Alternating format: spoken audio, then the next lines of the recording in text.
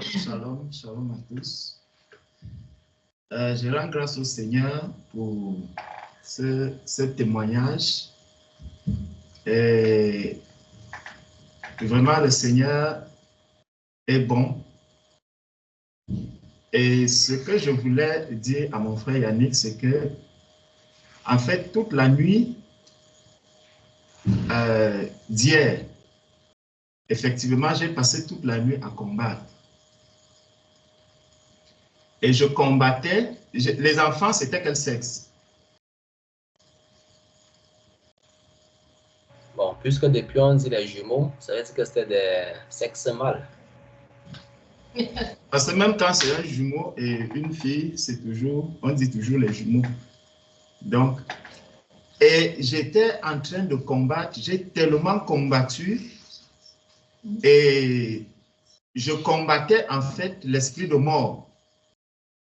Toute la nuit, donc je me réveille, je me rendors, je combats encore avec les morts. Je combats, je combats, je combats. Et à un moment, je me suis même réveillé et c'est ma belle-fleur qui me dit, mais avec qui tu es en train de combattre? Parce que j'entends seulement au nom de Jésus, au nom de Jésus. Je me suis couché et là, dans le dernier combat, je sais que j'ai arraché une clé. Il y a une clé que j'ai arrachée dans le dernier combat et c'est là que je me suis réveillé le matin. Donc, c'était pour te dire que effectivement, ce combat, le Seigneur m'avait déjà préparé dans ce combat. Il m'avait préparé et c'est pour ça que tu ne pouvais pas avoir le frère Silas. Et ça me rappelle encore, si Maman Tekle se souvient de l'histoire de Moïse. Ça était exactement dans les mêmes conditions qu'une sœur qui était au milieu de nous. Il y avait plusieurs frères. Et cette sœur-là, une dame a débarqué à l'hôpital et son oncle était justement dans un coma. Et elle travaillait en réanimation et ça faisait des semaines que le monsieur était là-bas. On s'apprêtait même à enlever les tubes. Et c'est comme ça donc que la dame, elle vient, elle voit la sœur en question qui travaillait en réanimation. Elle lui dit que le Seigneur m'a dit que ton pasteur doit venir pour mon oncle. Il y avait plusieurs frères au milieu de nous. Et le frère même elle était beaucoup plus liée à un autre frère là parce qu'elle est congolaise. Et il y avait un frère congolais au milieu de nous, avec qui ils sont tout le temps. Mais la sœur, je suis au bureau, elle compose mon numéro, elle m'appelle. Elle me dit que frère, c'est toi que le Seigneur a désigné pour cette œuvre. Je lui dis, mais comment ça c'est moi? Qu'est-ce qui te dit que c'est moi? Elle me dit que non. Dès que la dame a dit que le Seigneur lui a dit que c'est son pasteur, elle a pensé à moi et que c'est moi qui dois aller faire ce travail. Frère, je me suis retrouvé à l'hôpital, je sortais du boulot. Les oncles, dont ils avaient déjà appelé la famille du monsieur était... Ah oui, cette nuit aussi, j'avais combattu, effectivement. Cette nuit également, j'ai combattu. Et donc, quand la sœur m'appelle en journée, je revois un peu le combat, je dis, mais est-ce que c'est réellement ça? Est-ce que c'est donc comme ça que je vais à l'hôpital? J'arrive, j'ai trouvé la famille du monsieur. Quand ils m'ont vu, ils s'attendaient à ce que j'ai peut-être un col avec la robe de pasteur et tout, et tout, et tout. Sa famille me dit, c'est vous qu'on a appelé? Je dis oui. En tout cas, je ne sais pas s'il y a quelqu'un d'autre qui vient, mais la sœur m'a appelé, m'a dit que je dois venir prier ici. Donc, les messieurs, déjà, ils étaient, comme on peut dire, découragés de ne pas voir un grand homme costaud et tout, et tout, et tout. J'entre donc dans la chambre. Je commence à prier. Je prie, je prie, je prie, je prie, je prie. Après, quand j'ai fini de prier, je dis à sa famille que, de toutes les façons, ce monsieur, s'il ne mourra pas, il va revenir à la vie.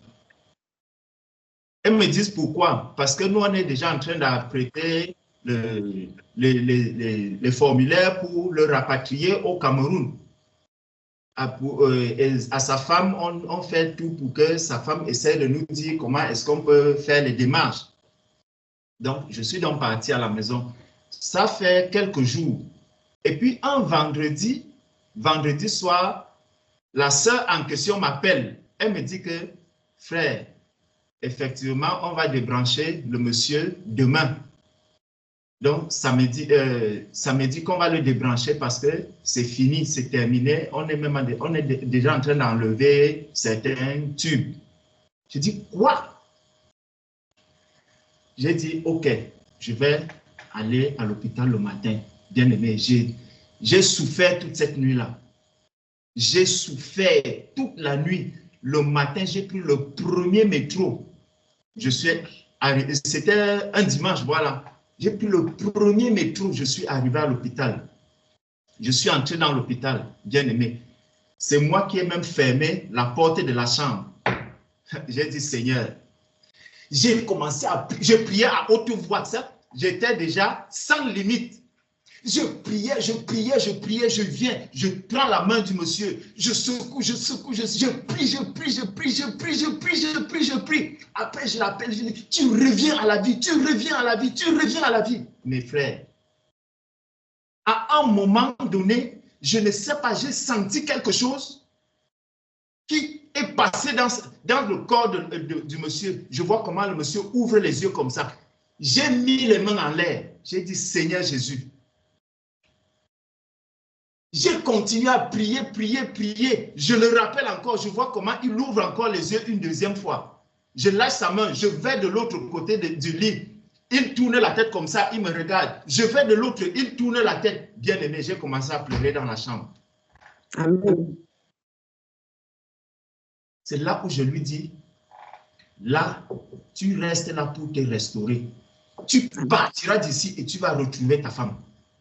Bien aimé, quand je suis sorti de la chambre, j'ai appelé la sœur, je lui ai dit, il ne retournera pas au Cameroun, il va rester ici parce qu'il est vivant. Quand j'ai dit ça à la sœur était étonnée. Elle dit non, je lui ai dit, ma sœur, le Seigneur que nous servons, Jésus est vivant. Ah, vraiment. Et après, c'est Maman Tecle qui continuait à le suivre à l'hôpital. Vraiment, l'Assemblée s'était mobilisée. Amen. Donc, ça m'a rappelé encore cette histoire quand mon frère Yannick m'a appelé hier. Donc, voilà ce que je pouvais dire par rapport à ça. Que le Seigneur